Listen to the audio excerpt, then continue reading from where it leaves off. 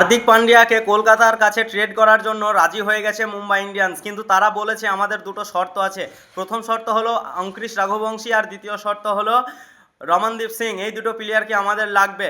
এখন আমার মনে বলে যদি ক্যাশ ডিলে হার্দিক পান্ডিয়াকে দলে নেওয়া যায় তবেই নাও, নয়তো হার্দিক পান্ডিয়াকে দরকার নেই।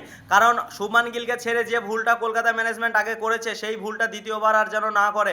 শুভমান গিল আজ ভারতের শ্রেষ্ঠ একজন খেলোয়াড়, ভারতের ক্যাপ্টেন।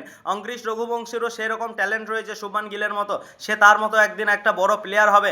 ওদিকে হার্দিক পান্ডিয়ার 32 বছর বয়স হয়ে গেছে, সে খুব জোরে আর 5-7 বছর টিমকে সার্ভিস দেবে। কিন্তু এদিকে রঘুবংশীর মাত্র 20 বছর বয়স, সে এখনও কলকাতাকে 12 থেকে 14 বছর সার্ভিস দিতে পারবে। কলকাতার কাছে সব থেকে বড় অপশন হবে যদি ক্যাশ ডিলে হার্দিককে দলে নেওয়া যায় নাও, নয়তো অঙ্কুশ রঘুবংশীকে দেওয়ার কথা স্বপ্নেও ভেবো না। কারণ অঙ্কুশ রঘুবংশী পরবর্তী সুপারস্টার হতে চলেছে ইন্ডিয়ান ক্রিকেটে, মিলিয়ে নেবেন। এতে বাকি তোমাদের কি মতামত অবশ্যই কমেন্ট বক্সে জানিয়ে দিও।